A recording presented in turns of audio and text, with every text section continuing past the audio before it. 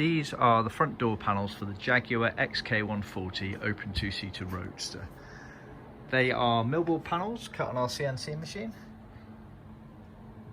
And then they are trimmed, in this case in vinyl. We can also trim them in leather if you prefer, or leathercloth if you want to be strictly speaking correct for exact originality, colour dependence.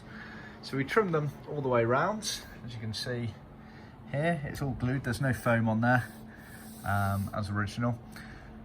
We have the pilot holes, etc. up here for the necessary fixings in the car.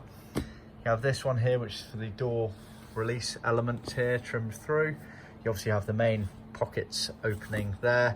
This masking tape is purely there just to protect the fixing, which you can just about see underneath there in transits. And then they are piped along the top leading edge, and then just below where the release is there. Note that the piping is the correct core thickness. It's thicker than your average piping. As you can see here, the pocket flap is also attached, and it has the correct 10x fixings in there. It goes down, that's what's being protected by the masking tape there. And as part of the kit, we also supply the chrome finishes there as well. You may also wish to consider the door pulls as part of the kit, as well as the door pockets, so see our website for details. These are included as standard